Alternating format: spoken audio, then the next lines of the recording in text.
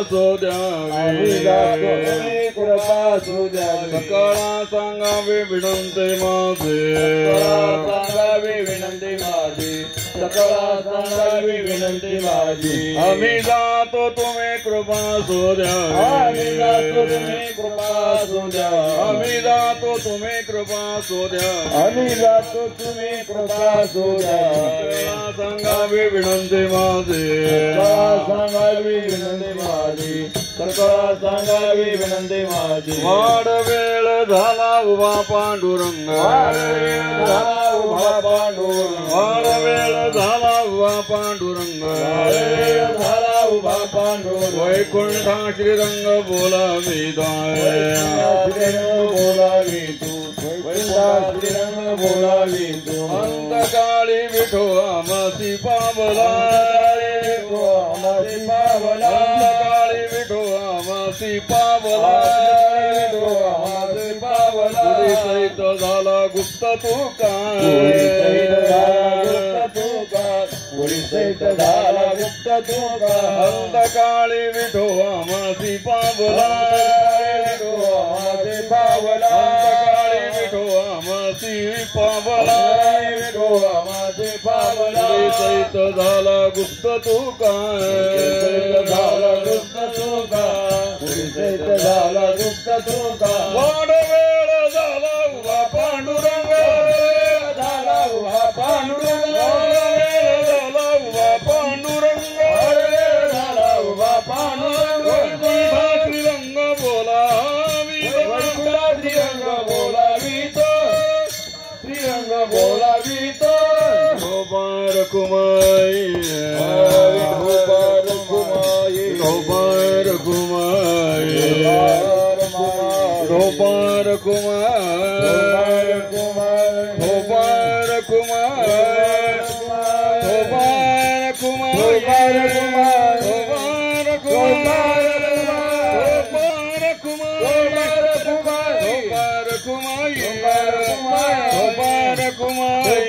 गोपार कुमार गोपार कुमार गोपार कुमार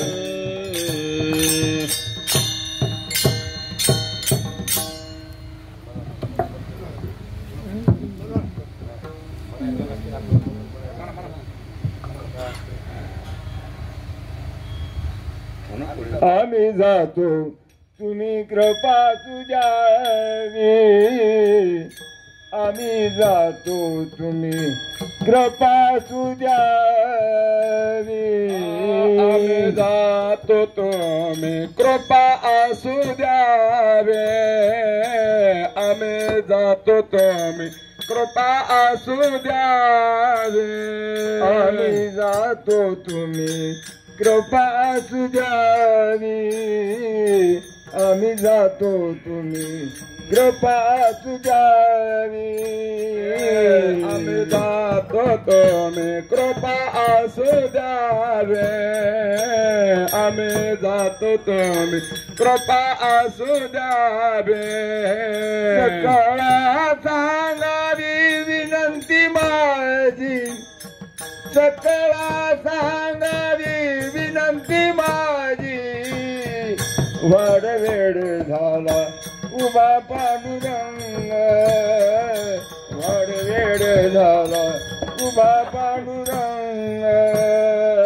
सकळा सांगावी विनंती माझी सकळा सांगावी विनंती माझी वाड वेळ झाला उभा पांडुरंग वाड वेळ झाला उभा पांडुरंग पुढे वैकुंठा श्रीरंग बोलावितो वैकुंठा श्रीरंग बोलावितो वैकुंठा श्रीरंग बोलावितो वैकुंठा श्रीरंग बोलावितो वैकुंठा श्रीरंग वैकुंठा वैकुंठा वैकुंठा श्रीरंग बोलावितो वाड वेळ झाला उमा पांडुरंग वाढ वेळ झाला उमा पांडुरंग वैकुंठ श्रीरंग बोलावी तो वैकुंठ श्रीरंग बोलावी तो वाढ वेळ झाला उभा पांडुरंग वाढ वेळ झाला उभा पांडुरंग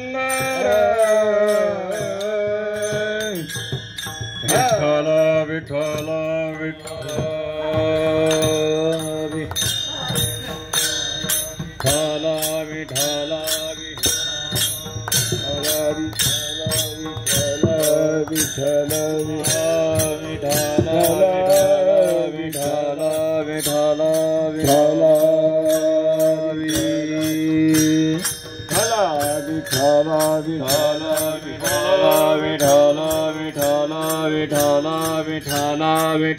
विठ्ठल विठ्ठल विठ्ठल विठ्ठल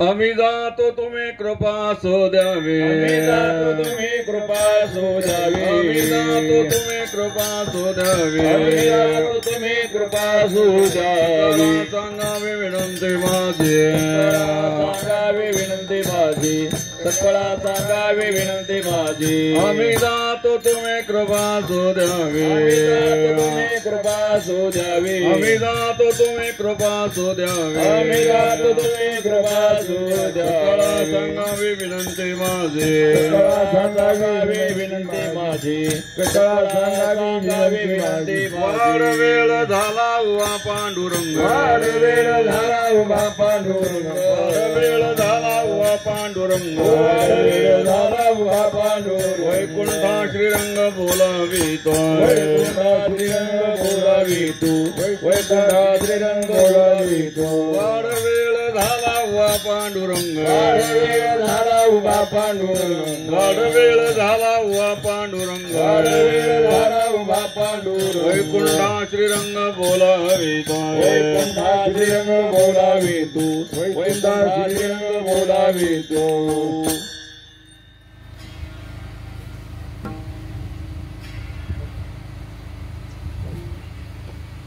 आम्ही जातो तुम्ही कृपा सो द्यावी थापटा की जरा सकळा सांगावी विनंती माझी वाढ वेळ झाला उभा पांडुरंग वैकुंठा श्रीरंग बोलावी तो अंतकाळी विठो आमासी पावला अंतकाळी विठो आमासी पावला कुडी सहित झाला गुप्त तुका वाढ वेळ झाला उभा पांडुरंग वैकुंठा श्रीरंग बोलाविदो पांडुरंगा करो प्रथम नमन पांडुरंगा करो प्रथम नमन करो प्रथम नमन पांडुरंगा करो प्रथम नमन हरे चरण संतांच्या दुसरे चरण संतांच्या दुसरे चरण संतांच्या त्यांच्या कृपादाने कसे जावी त्यांच्या कृपादाने कसे जावी त्यांच्या कृपादाने कसे जावी त्यांच्या कृपादाने कसे जावी बाबाजीचा गुरुदास तू बाबाजीचा गुरुदास तू का बाबाजीचा गुरुदास तू का पांडुरंगा करू प्रथम नमन दुसरे चरण संतांच्या त्यांच्या कृपादाने कथेचा विस्तारू बाबाजी सद्गुरुदास तुका समचरण सरोजम सांत्रणीला बुधाभम तंतोतंतच लागते हो त्याचं ढिलं जमत नाही जरा उगा आपलं ढिलेपणा जमत नाही रटवून शकता कायची हे का खेळ नाही परमार्थ नाही लेकुराच्या गोष्टी म्हटल्या तर सगळं लागतंय समचरण सरोजम सांद्रणीला बुधाभम जगन्नेत पानि मंडनम मंडनानाम तरुण तुलसीमाला कंदरम कंजनेत्रम सदैवलहासं विठ्ठलं चिन्तयामि ज्ञानेशो भगवान विष्णु निवृत्तिर्भगवान हरः सोपानो भगवान ब्रह्मा मुक्ताख्या ब्रह्मचित्कला जयांचे केलिया स्मरण होय सकळ विद्यांचे अधिकरण तेची वंदू श्री चरण श्री गुरुचे ते नमस्कारुणी आदान आम्ही जातो तुम्ही कृपा असो द्यावी सकळा सांगावी विनंती माझी वाढवेळ झाला उभा पांडुरंग वैकुंठा श्रीरंग बोलाविदो प्राप्त प्रसंगी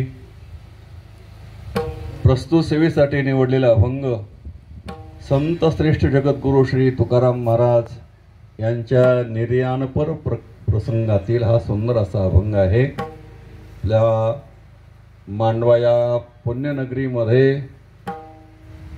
आज जो कीर्तनाचा कार्यक्रम काय निमित्ताने आहे हे इथं काही सांगण्याची गरज नाही पण कर्तव्य आहे म्हणून सांगावं लागतं. आज चैत्र वद्य षष्ठी आहे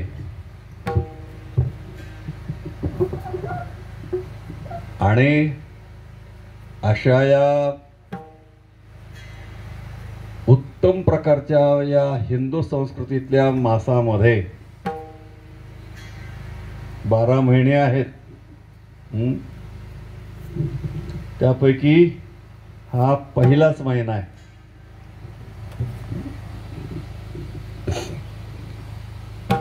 नामदेवरायांनी वर्णन केलेलं आहे. उत्तम हा चैत्र मास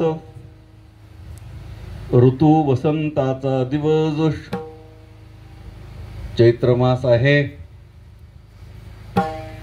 त्याप्रमाणे षष्ठीची तिथी आहे,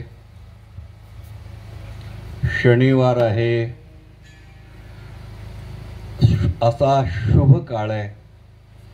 आणि अशा या शुभ काळावर पर्व काळावर आपल्याच गावातील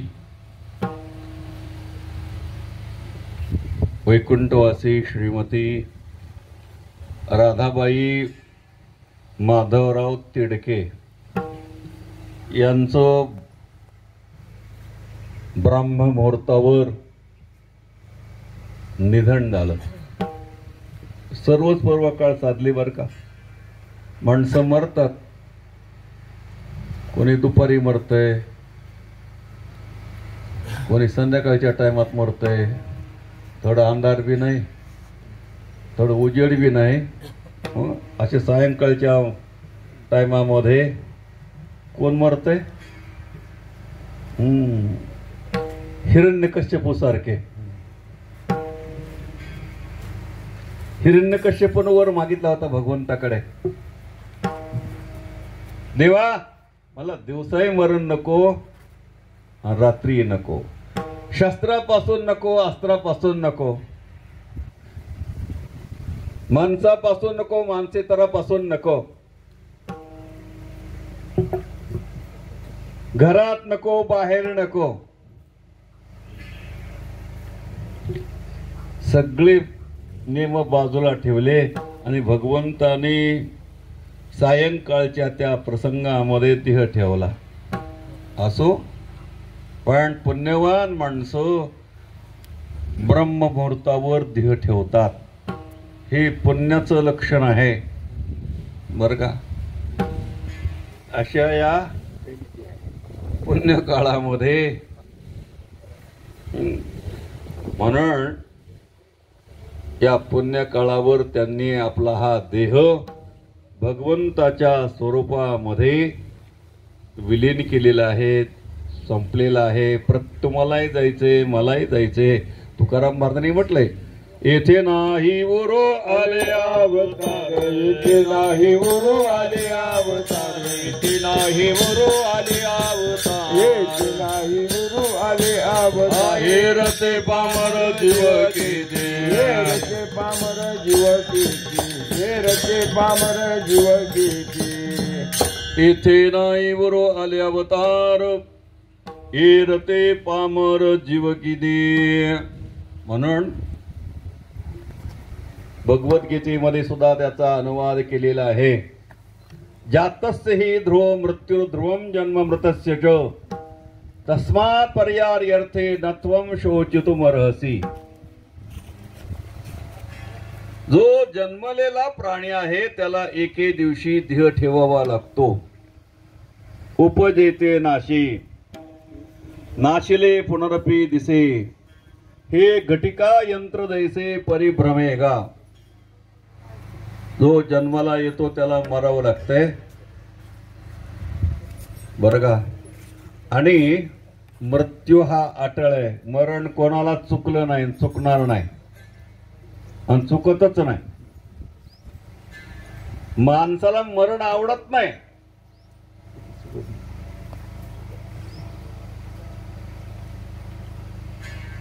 ज्ञानोबारायांनी ज्ञानेश्वरी मध्ये म्हटलेलं आहे, एक गोष्ट प्रत्येकाला आवडते आणि एक गोष्ट आवडत नाही. अशा दोन गोष्टी कोणत्या आहेत? प्रत्येकाला वाटतंय मला आज सार्वभौम राजाची गादी असावी, मीच मुख्यमंत्री असावा, मीच पंतप्रधान असावा. ते बाकीच्या लोकांचं सोडा, बाहेर गावातल्या लोकांचं सोडा किंवा बाहेरच्या गावच्या लोकांचं सोडा. इथं कीर्तनात बसलेला प्रत्येकाला वाटतं का ना मीच सरपंच असावा, मीच आमदार असावा, मीच सभापती असावा, मीच पंतप्रधान सुद्धा मीच असा. लायकी नसते, अधिकार नसतो, पण प्रत्येकाची इच्छा आहे. जगस्प्रहे अस्पद एक सार्वभौम पद. आणि दुसरी गोष्ट म्हणजे न मरणे निर्विवाद जगा पडिये.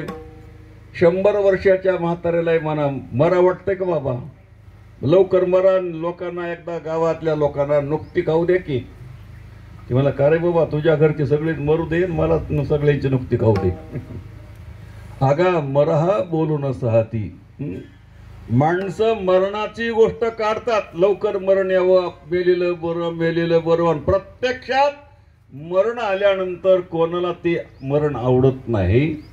न मरणे निर्विवाद जगा पडिये. पण काही माणसं मरतात, देह ठेवतात, पण मेल्यानंतर सुद्धा ते जिवंतच असतात. उत्तमची ओरे कीर्ती मागे, उत्तमची ओरे कीर्ती मागे, कीर्ती मागे, उत्तमची ओरे. तुका म्हणे एका मरणाची सरे,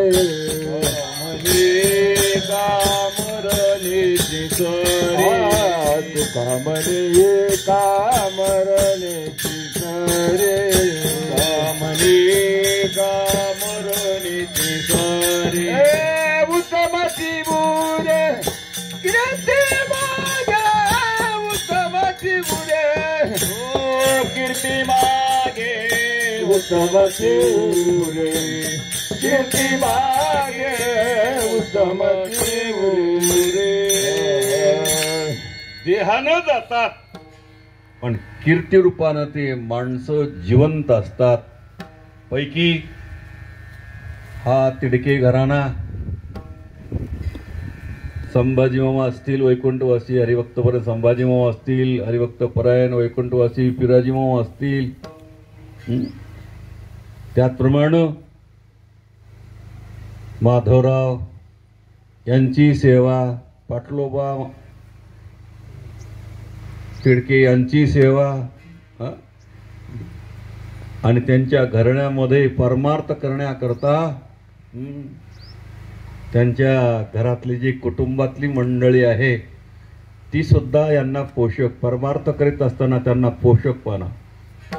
तुकाराम महाराज परमार्थ करत होते, पण त्यांची पत्नी जी जिजाबाई होत्या त्या परमार्थाला अनुकूल होत्या, रागानं बोलायच्या, वाटेल तेवढं बोलायच्या महाराजांना, पण एवढी महान पतिव्रता माऊली होती, महाराज जेवल्याशिवाय ती जेवायचं नाही.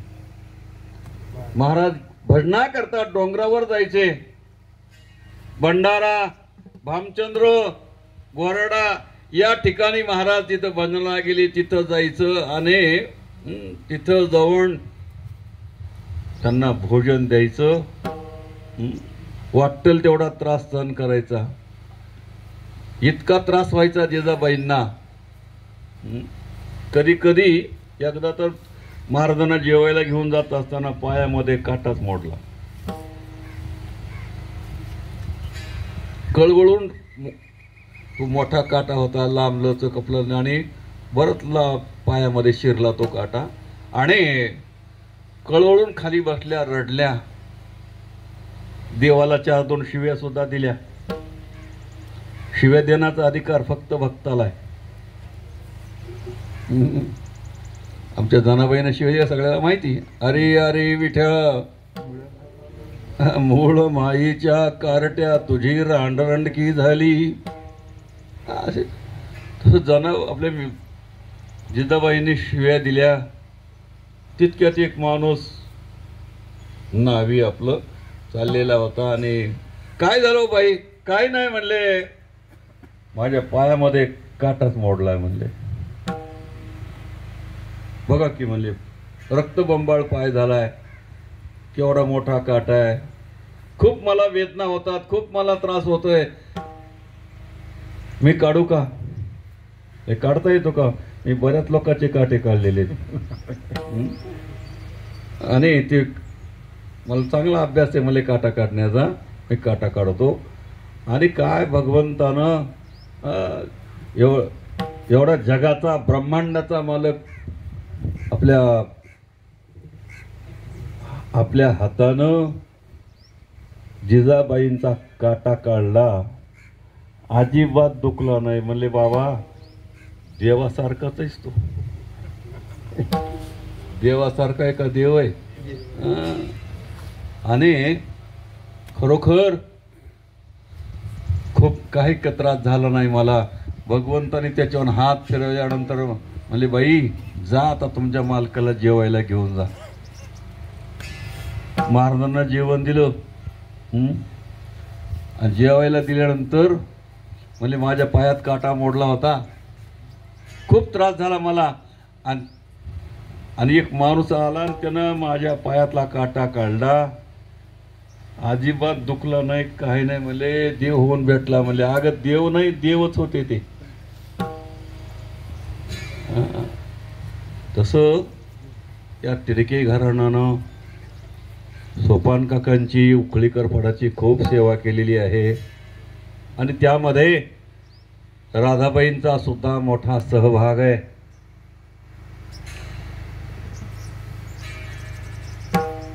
कधीच कसल्या प्रकारची मालकाला अडचण येऊ दिली नाहीत. तुम्ही आपलं परमार्थ करण्याकरता नित्य नियमानं जात जा, बाकी सगळं पाठीमागं मी बघून घेईन. आणि अशा पद्धतीनं चांगल्या पद्धतीनं त्यांचे अनेक प्रकारचे गुण आहेत. एकादशी निराहार करायच्या, त्याचप्रमाणे हळदी पंढरीची कधी कधी वारी, परळीला वारीला यायचं, आणि आपला जो प्रपंचाचा जो व्यवहार आहे तो व्यवहार सांभाळायचा. अशा पद्धतीनं त्यांनी आजच्या या मुहूर्तावर आपला देह भगवंताच्या स्वरूपामध्ये विलीन केलेला आहे, त्यांचं आयुष्य संपलेलं आहे आणि त्या निमित्तानं हा अंत्यविधी आहे. आणि अंत्यविधीच्या निमित्तानं एक थोडीशी सेवा. तर मलाही माहिती नव्हतं. आम्ही म्हणलं 9ला इथला विधी संपला, डोंगर पिंपळ्याला काल्याचं कीर्तन आहे आता. मग म्हणलं 9चा काय इथला विधी सगळा पार पडला की निघून जाता येईल. पुन्हा मग लिंबाजी महाराजाचा फोन आला, म्हणले कीर्तन करायचे म्हणले इथं. म्हणलं ठीक आहे चला अर्धा तास. या दृष्टिकोनातून हा तुकाराम महाराजांचा निर्याण प्रसंगातला हा सुंदरसा अभंग चिंतनासाठी निवडला आहे. अंतकाळाच्या प्रसंगामध्ये तशाच प्रसंगाचा अभंग घेतला पाहिजे. साधू संतांचं वाङ्मय आहे, ते वाङ्मयाचा सदुपयोग केला पाहिजे. समयो जाना बलते नाना भल दे दे. संत श्रेष्ठ जगद्गुरु श्री तुकाराम महाराज जगदोद्धारा करता अवतीर्ण झालेले साधू आहेत. अनेक लोक या जगावर उपकार करतात, पैकी साधू संत एक आहेत. कोण कोण उपकारी आहेत? पहिल्यांदा सूर्य आहे. रोज सूर्य प्रकाश देतो, आरोग्य देतो आणि सूर्योदय झाला की सगळे माणसं आपापल्या उद्योगाला लागतात. ब्राह्मण ब्रह्मकर्म करतात, क्षत्रिय क्षत्रिय कर्म करतात, वैश्य वैश्य कर्म करतात आणि शूद्र शूद्राचं कर्म करतात. प्रत्येक जण पहाटे उठल्यापासून आपापल्या उद्योगाला लागतो. हे उद्योग केला पाहिजे बरं का. त्याच्याकरता सूर्याचे अगणित अशा प्रकारचे उपकार आहेत. आपण लाईटचं बिल नाही भरलं, वायरमन आपले डिस्कनेक्शन करून टाकते, लाईट बंद करून टाकतो. बिल भरा आणि बिल भरलं तरच तुमची लाईट चालू होईल बरं का.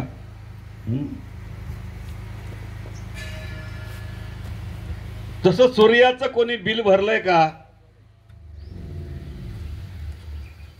सूर्याचं कोणी बिल भरलेलं नाही.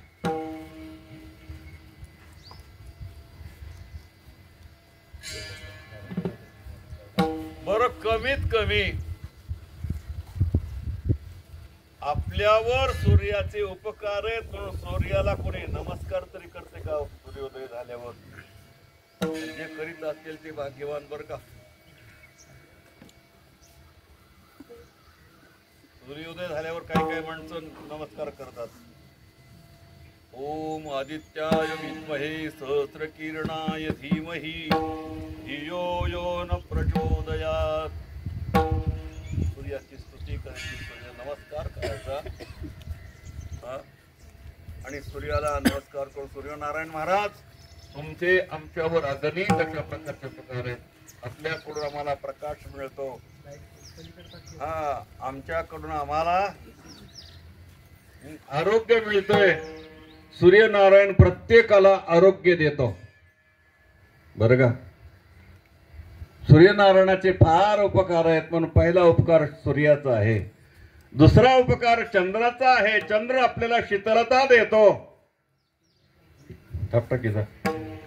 रवी चंद्र घन वृक्षो, ढग आपल्यावर वर्षाव करतात, पाऊस पाडतात आणि त्याच्यामुळं आपल्याला चांगल्या प्रकारचं धान्य फळं सगळ्या प्रकारची सुबत्ता राहते.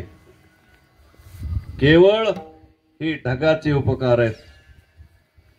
रवी चंद्र घन वृक्षो, वृक्ष आपल्याला सावली देतात, वृक्ष आपल्याला फळं देतात, वृक्षापासून अनेक वस्तू निर्माण करतात. रवी चंद्र घन वृक्षो. त्याचप्रमाणे नदी सगळ्यांचं पाप ताप हरण करते. काफेडीत पाप ताप पोखीत तिरीचे पादप, समुद्रा जायाप गंगेचे जैसे. तिला समुद्राला जायचं असते, नदीला त्या गंगेला. पण वाटेमध्ये सगळ्याच लोकांचा फायदा होतो. जनावरांना पाणी मिळतं, माणसाला पाणी मिळतं, पशुपक्ष्यांना पाणी मिळतं. स्वार्थही आहे आणि परार्थही आहे, दोन्ही गोष्टीत.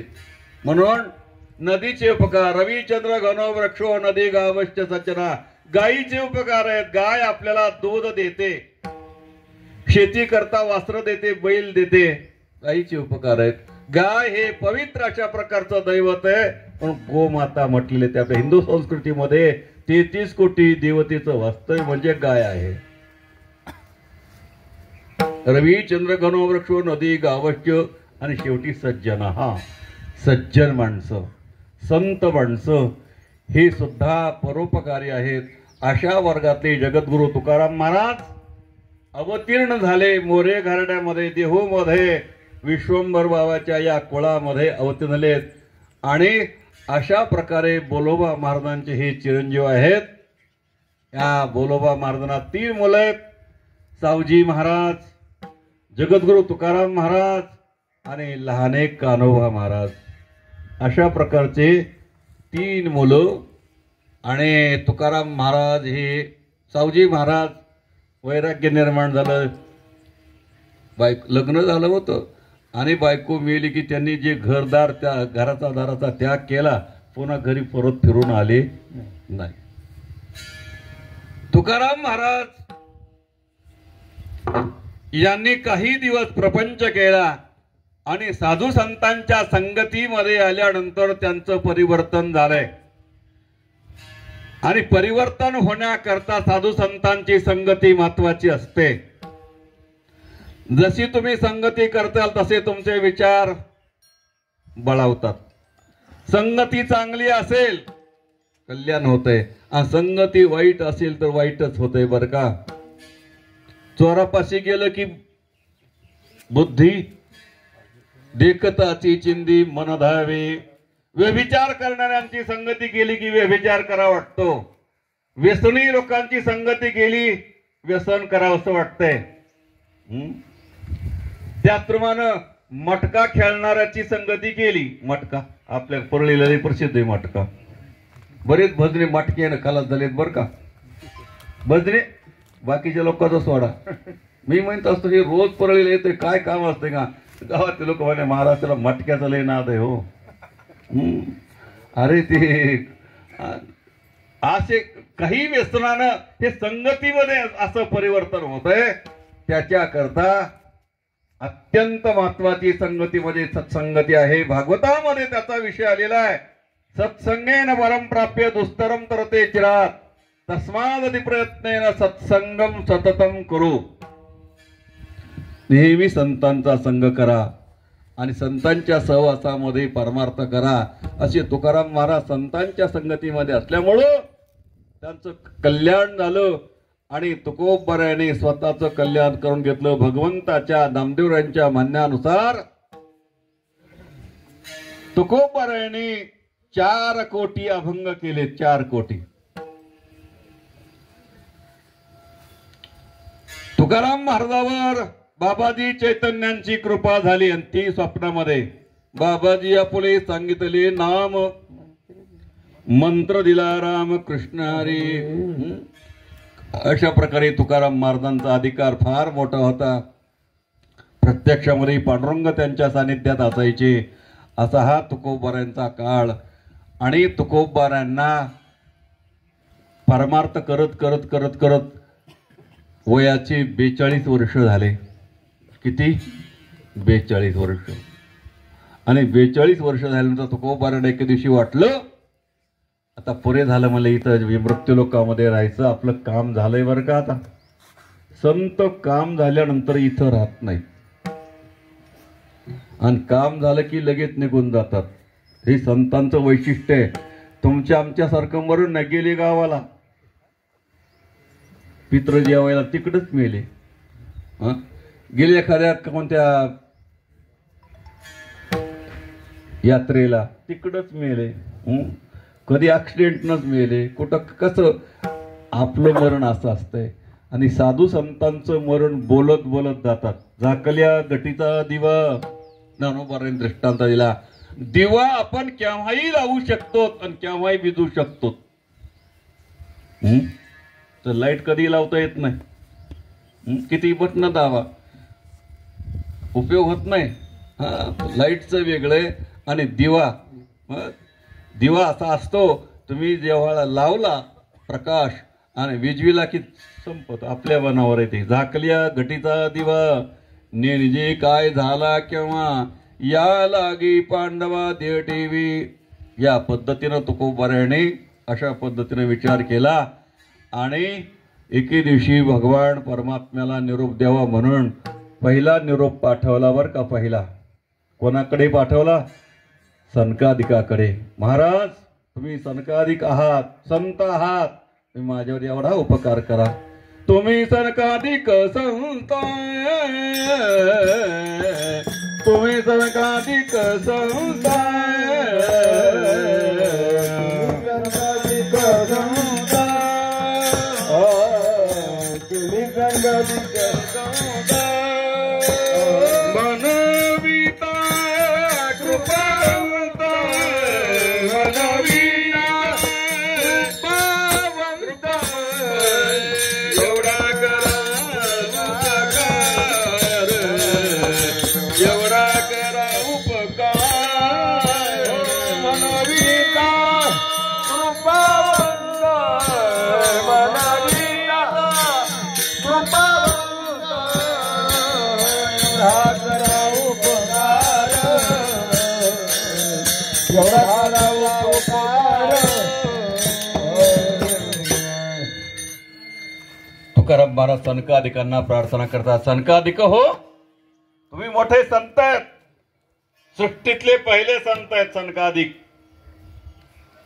हे 4 भाऊ आहेत संत, सनक, सनंदन, सनातन आणि सनत कुमार. आणि हे एवढे संत आहेत, त्यांनी भगवंताकडे असा वर मागून घेतला. भगवंताला सांगितलं 5 वर्षाचे असताना, सनकादिक हो, तुमची सेवा खूप आहे, तुम्हाला काय मागायचं ते मागा बरं. सनकादिकाने सांगितलं, देवा, आमचं वय याच्यापेक्षा वाढू बी नये आणि कमी बी होऊ नये. कित्येक युग गेले, कित्येक युग गेले, पण सनकादिकांचं वय 5 वर्षाचं वय. आणि त्या सनकादिकांना प्रार्थना करता जगद्गुरु तुकाराम महाराज, सनकादिक हो, तुम्ही कृपावंत आहात, माझ्यावर उपकार करा. माझी भाकावी करुणा विनवा पंढरीचा राणा, तुका मने मज आठवा, मूळ लवकरी पाठवा. लवकर मला मूळ पाठवा, जाबर घेऊन. मग तरी वेळ लागला भगवंताला यायला. भगवंताला वेळ लागल्यानंतर म्हणले, सनकादिकांनी निरोप दिला असेल, आम्हाला खात्री सनकादिकांनी निरोप दिला असेल, पण त्यांचं वाहन जे आहे ते वाहन तयार नसेल. त्या वाहनाला प्रार्थना केली. म्हणले, बाबा गरुड महाराज, तुम्ही लवकरात लवकर असा भगवंताला घेऊन येण्याचा प्रयत्न. गरुडाचे पायी ठेवी वेळो वेळा डोई, वेगी आणावा तो हरी, मज दिना ते उद्धरी. म्हणून आम्हा दिनाचा उद्धार करण्याकरता लवकर या बरं. तरी भगवंत येणार. पुन्हा तुकाराम महाराजांच्या लक्षात आलं की गरुड आणण्याकरता तयार असेल, पण भगवंताचे चरण लक्ष्मीच्या हातामध्ये आहेत. बोलू नका, बोलू नका, बोलू नका, जरा 5 मिनिटं बोलू नका, जरा हळूहळू घ्या जरा. पाय लक्ष्मीचे हाती, तिशी आवे का कुलती. लक्ष्मीला प्रार्थना केली, आईसाहेब भगवंताला आठवण करून द्या. त्यांना सांगा मी तुम्हाला प्रार्थना करतोय. शेवटी लक्ष्मीलाही निरोप दिला असेल, पण ज्या पलंगावर झोपलेली आहेत ती गादी फार नरम आहे, चांगली गादी बरं का. गाद्या बऱ्याच आहेत, काही कापसाच्या गाद्या आहेत, काही स्प्रिंगच्या गाद्या आहेत, मऊ मुलायम, आणि काही गाद्या अशा गाद्या की तशी गादी जगामध्ये दुसरी कोणतीच नाही. भगवंताचं जे शयन आहे ओम शांताकारम भुजगशयनम, भुजंगावर झोपलेले आहेत. आणि अशी झोपल्यानंतर त्या भुजंगाचं नाव आहे शेष महाराज.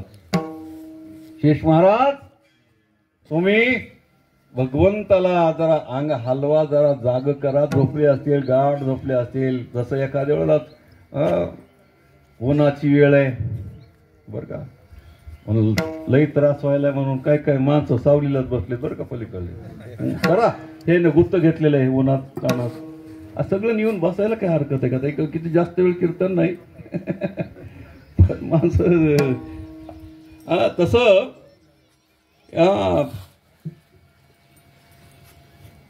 चांगल्या प्रकारची गादी असावी, थंड वातावरण असावं, असं तुकाराम महाराजांनी शेषनारायणाला प्रार्थना केल्याबरोबर शेषनारायणानं जाग करण्याचा प्रयत्न केला. आणि जाग झाल्यावर तुका म्हणे शेषा जागे करा ऋषिकेश. अशा प्रकारे परमात्मा जागी झाले. आणि जागी झाल्यानंतर भगवंताच्या जगद्गुरु तुकाराम महाराजांच्याकडे जाण्याकरता भगवंत तयार झाले बरं का. Egg egg Vithabai, egg egg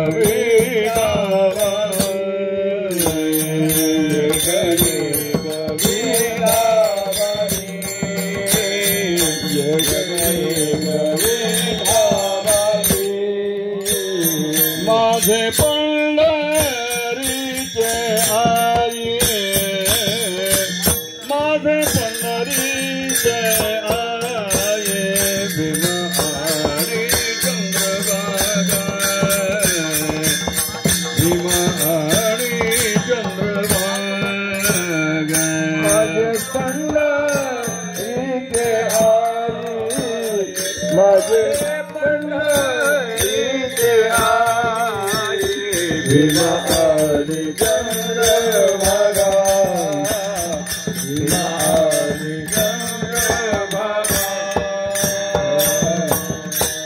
अशा प्रकारे सगळ्यांनी प्रार्थना केली तर भगवान परमात्मा तुकोबरांना आणण्याकरता सज्ज झाले. आणि आल्यावर गरुड येतो फडत्कारे, नाभी नाभी म्हणे त्वरे. अशा प्रकारे गरुड महाराज आले. आज सगळ्यांनी बघितलं गरुड महाराज आले, तुकाराम महाराजांनी बघितलं. वा वा वा, भगवान परमात्मा आले, भगवान परमात्मा आले. ठीक आहे, भगवंतानं भेट घेतली. कोणाची भेट घेतली? जगाच्या मालकाची. भगवान परमात्मा पाहुणा म्हणून आले. कोण आहे पाहुणा? येवाई जावाई नाही, हे संसारातले पाहुणे नाहीत बरं का. सोयरे दायरे संपत्ती, हे संपत्तीचे लोक आहेत. पण खरा पाहुणा पांडुरंग आहे. खरे पाहुणे संत आहेत. ते माझी सोयरे सज्जन सांगाती, पायाटवी ते विठोबा दे. अशा प्रकारचा कोण पाहुणा आहे? पाहुणे घरासी आजी आले ऋषिकेशी, काय करू उपचार? कोप मोडकी जर्जर दरदरीत पाण्या, माझी रांधी आल्या कन्या. घरी मोडकिया बाजा, वरी वाकळिया मुख शुद्धी तुळशी दोळ.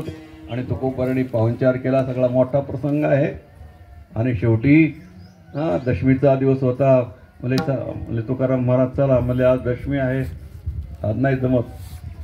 म्हणजे उद्या एकादशी आहे, उद्याही जमत नाही. पुन्हा द्वादशी आहे, जमत नाही. पुन्हा त्रयोदशी आहे. पुन्हा आता जवळजवळच एक सण आहे बरं का वार माणसाचा, पुरुषाचा. कोणता सण आहे? बॉम्बलाईचा, शंख करायचा सण आहे पौर्णिमा. आणि पौर्णिमेच्या नंतर पुन्हा आणखी जास्त काही काही माळकरी सुद्धा त्या दिवशी लावतेच. माळकरी बर का.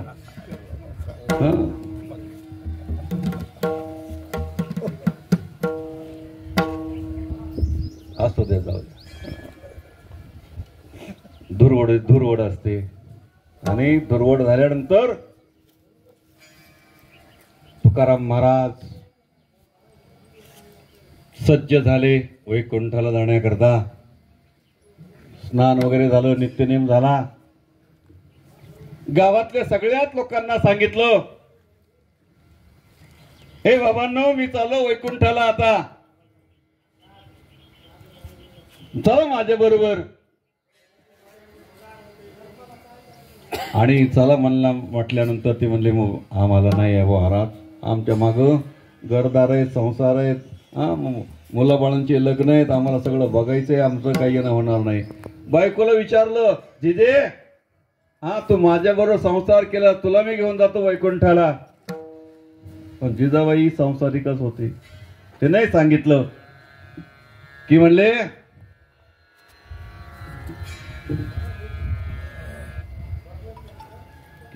जिजे चल माझ्या बरोबर. तिनं सांगितलं, म्हणले महाराज तुमचे तुम्ही जा, मैत गाभण आहे, तिचं दूध कोण काढेल, तिचं ते खरूच कोण खाईल, ते सगळं मला बघावं लागणार, तुमचे तुम्ही वैकुंठाला जा. शेवटी तुकाराम महाराज वाटलं आपल्या बरोबर कोणीच येत नाही, म्हणून तुकाराम महाराज एकटेच भगवंताला सांगितलं, चला आता. गरुडावर बसले, भगवान परमात्मा त्यांच्या बरोबर बसले आणि तुकाराम महाराज सदेह वैकुंठाला गेले. अभंगाचं प्रथम चरण. आम्ही जातो तुम्ही कृपा सुद्या, आम्ही असतो तुम्ही कृपा सुद्या.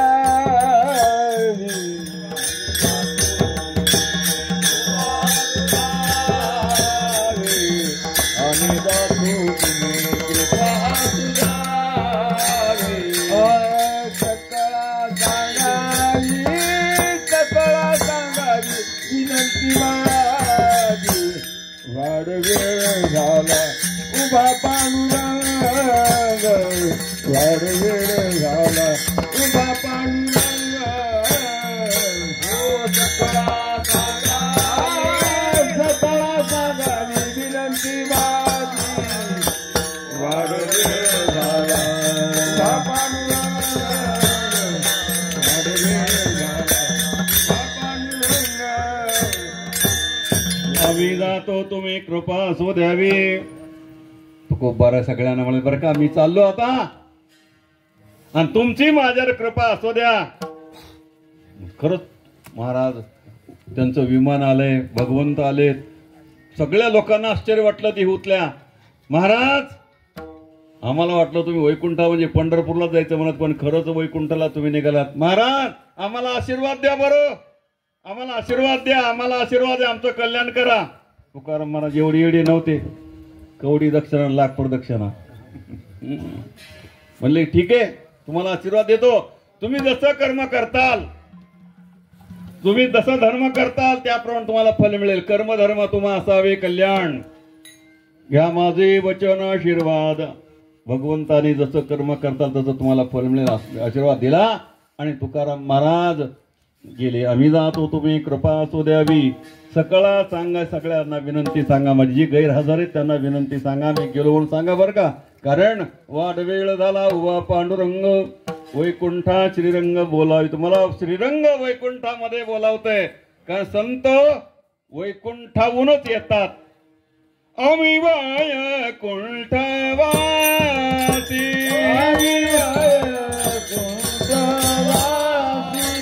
आलो यासी कारणासी,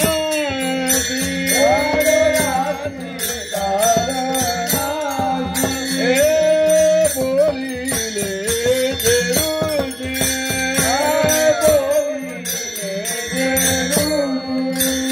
जातो भावे भरताया, साधू संताचे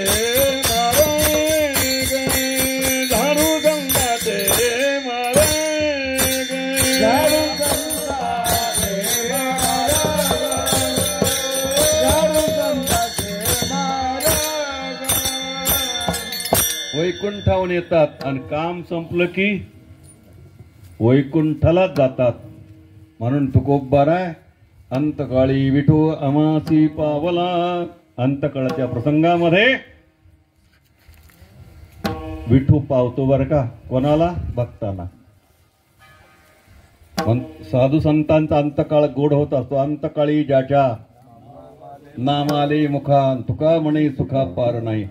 जटायूच्या मरणाच्या प्रसंगामध्ये स्वतः भगवान परमात्मा जवळ आले आणि जटायूचा अंतकाळ गोड झाला. शेवटीचा दिस गोड व्हावा म्हणून अंतकाळी विठवा मासी पावला कुडी सहित झाला गुप्त तुका. आणि तुकोबारा एकदम गुप्त अशा प्रकारचे झाले. तुकोबारा मेले नाहीत. पुष्कळ लोक त्यांचा संशय घेतात तुकाराम महाराज खूनच झालाय, तुकाराम महाराज मेले. चुकीची गोष्ट आहे. कलियुगामध्ये सदेह वैकुंठाला जाणारा एकमेव संत म्हणजे तुकाराम महाराज आहेत. आणि या पद्धतीनं महाराज सदेह वैकुंठाला निघून गेलेत. तो आत्म्या या प्रसंगामध्ये जसं महाराज वैकुंठाला गेलेत संत होते तसं आपापल्या कर्माप्रमाणे वर्तणुकीप्रमाणे आपल्याला सुद्धा एक दिवस जायचं आहे बरं का. पण आपल्या जाण्याला वैकुंठ गमन म्हटलं जात नाही. आपला मृत्यू असतो. मृत्यू आपल्याला मारावं लागतंय बरं का. म्हणून जे जे जन्माला आलेले प्राणी आहेत त्यांना एके दिवशी ही पाळी आहे. फक्त आपल्या हातात एवढंच आहे, कर्म करण्याची गरज आहे. सत्कर्म करावं. दुष्कर्माचं फळ अधोगती आहे, सत्कर्माचं फळ सद्गती आहे. चांगलं कर्म करत राहावं. चांगल्या कर्माचं फळ चांगलंच आहे. म्हणून वैकुंठवासी श्रीमती राधाबाई माधवराव तिडके यांचं आजच्या या शुभ काळावर निधन झालेलं आहे, मृत्यू झालेला आहे.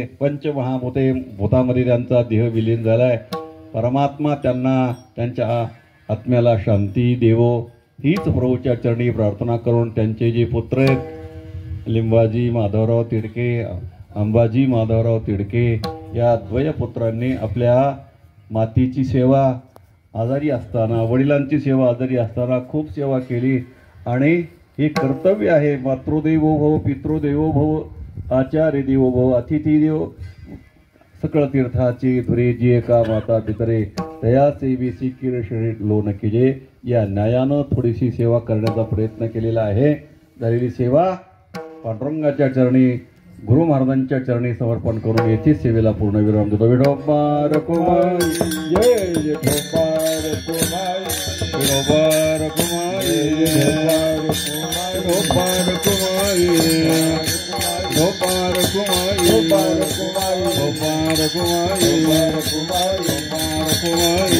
कुमार. ज्ञानेश्वर माऊली ज्ञानराज माऊली, ज्ञानेश्वर माऊली ज्ञानराज माऊली, ज्ञानेश्वर माऊली विठ्ठल जय जय विठ्ठल.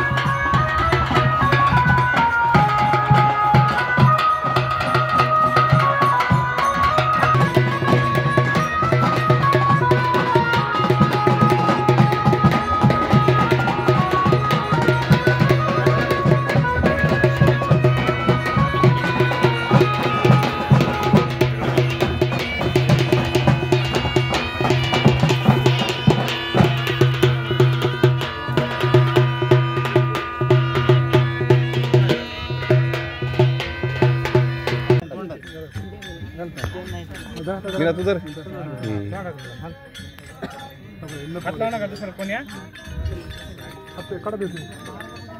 या खरी हा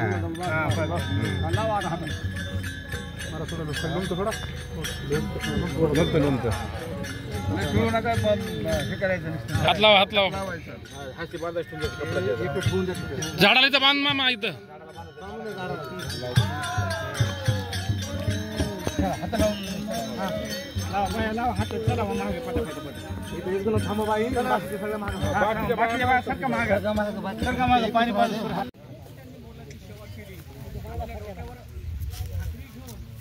वारकऱ्यांची सेवा केली केदारी महाराजाची सेवा त्यांनी त्यांच्या